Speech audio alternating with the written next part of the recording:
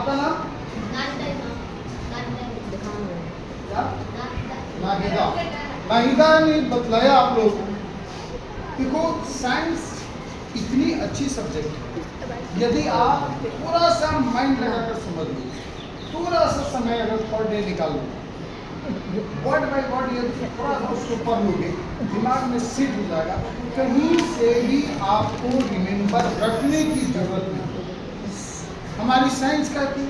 अब देखो नाहिदा ने बतलाया, वह समझी हुई थी, हमने पूछा what do you mean by respiration, तो उसने बतलाई कि रेस्पिरेशन वह प्रोसेस है जिसमें हमारे बॉडी में जो डाइजेशन के बाद सेल्युलर फूड पार्टिकल्स होता है।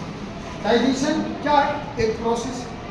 डाइजेशन प्रोसेस में आपने पढ़ा था कॉम्प्लेक्स फूड मटेरियल से सिंपल सब्सटेंस में कन्वर्जन आपने पढ़ा, जो माउथ से स्टार्ट होकर स्मॉल इंटेस्टाइन तक जाता है। इसके बाद में भी आप लोगों ने क्या समझा?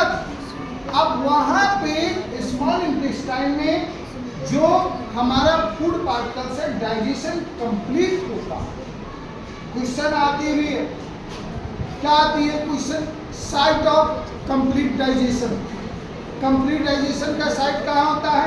Small intestine. बहुत बार बतलाया हूं मैं। और वहां पे फिंगर लाइक प्रोजेक्शन हमारा होता है उसके सरफेस पे, जिसको विलाई का, जिसके माध्यम से ब्लड जो है अब वह डाइजेस्टेड फूड मटेरियल जो कि लिक्विड के फॉर्म में होता है, सेल्युलर फॉर्म में होता है, वह उस ब्लड में सेल्युलर हो जाता है, घुल जाता है और वह हर सेल तक पहुंचा दी जाती है। जो फूड मटेरियल, देखो जब किसी आदमी का, किसी व्यक्ति का पेट उठ झड़ता है तो देखना, या ज़्यादा डिहाइड्रेशन हो जाता है तो उस समय हम लोग उसको ग्लूकोज वाटर देते हैं या कुछ वाले जूस पिलाओ। क्यों? क्योंकि वह जूस डायरेक्ट सॉल्युबल है, उसको डाइजेशन के प्रोसेस उतनी नहीं गुजरनी पड़ेगी, वह इजी वे में डायरेक्ट ब्लड में जाकर डिसॉल्व और ब्लड उसको हर सेल तक ले जाता। और हमारा जो रेस्पिरेशन प्रोसेस है उसमें लंग्स के माध्यम से हम लोग ब्रीथिंग प्रोसेस के द्वारा ऑक्सीजन जो है हमारा ब्लड विजल, हर ब्लड विजल के माध्यम से ब्लड जो है हर सेल तक ले जाता है। सेल में किचन, जैसे एक रूम में किचन होता, ठीक उसी प्रकार से हर सेल में एक किचन का पैलेस है, जिसको हम लोग कहते हैं, क्या कहते हैं? उस किचन का नाम क्या है? माइटोकॉन्ड्रिया। उस माइटोकॉन्ड्रिया में एक तरफ से ब्लड ऑक्सीजन को लेकर आती है, एक तरफ से ब्लड डाइजेस्टेड फूड मटेरियल को लेकर आती है।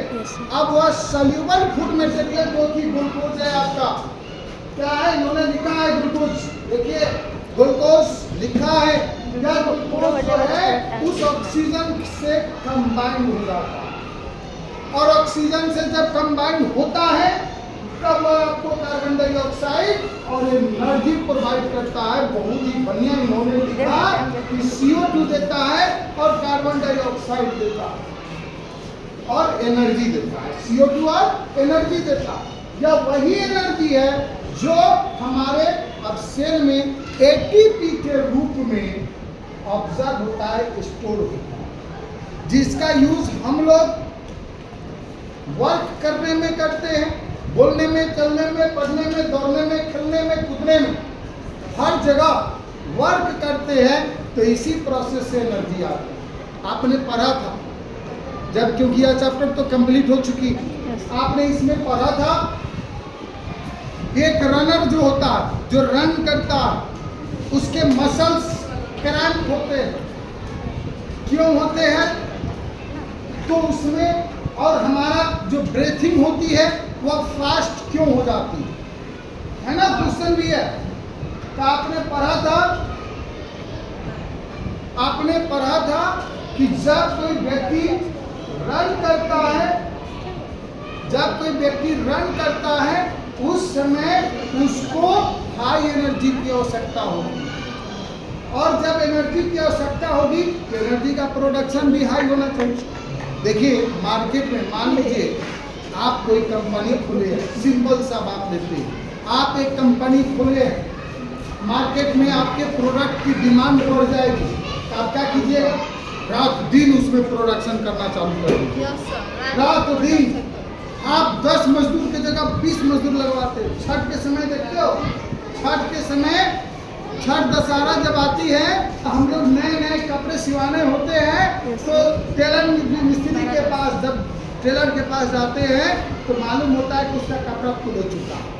और रात दिन देखना, अभी नॉर्मल समय में जाओ तो 1 से 2 को उसका आपको दर्जी होगा, लेकिन वही जब छठ दशहरा आती है तो 10-10, 20-20 आदमी खटते रहता है, रात दिन खटकर इतना सिलाई करता है, क्योंकि प्रोडक्शन अधिक आवश्यकता होती है। ठीक उसी प्रकार से जब हम दौड़ते हैं तो हमको हाई एनर्जी की आवश्यकता होता है, जल्दी जल्दी एनर्जी चाहिए। अब उस एनर्जी मिलेगा कैसे? तो जल्दी जल्दी यहाँ पर रेस्पिरेशन का प्रोसेस भी फास्ट होना चाहिए। फूड मॉलिक्यूल्स जो है डाइजेस्टेड, वो कितना फास्ट ऑक्सीजन से कंबाइन करेगा, उतना ही फास्ट हमको एनर्जी देगा और उतना ही फास्ट हम वर्क करेंगे। इसलिए क्या होता है, हमको उस समय अधिक से अधिक ऑक्सीजन की आवश्यकता होता है। इसलिए जब हम दौड़ते हैं, फेफड़े हमारी सांसें तेज हो जाती हैं, ताकि हमारी सांसें कितना ऑक्सीजन ले। अब कहिएगा सर, इस तब क्यों कहा जाता है कि मुंह खोल के सांस नहीं लेना चाहिए, नाक से ही लेना चाहिए, मुंह पे खोल के ले लेना चाहिए? तो सुनिए, आपको इसी चैप्टर में आपको पढ़ाया गया कि नोज में हेयर होता है, हेयर, और उस हेयर जानते हो ड्राई हेयर नहीं रहता, उसमें भी आपको म्यूकस नामक एक लिक्विड लगा रहता है। लिक्विड नोज में म्यूकस नामक लिक्विड लगा रहता, उसका काम होता है जब हम नोज से सांस लेते हैं तो जितना डस्ट पार्टिकल्स होता है वह डस्ट पार्टिकल्स उससे फिल्टर, क्या होता है, उससे फिल्टर होता है, और तब हमारे पास एयर जाता है, उसमें डस्ट पार्टिकल्स नहीं।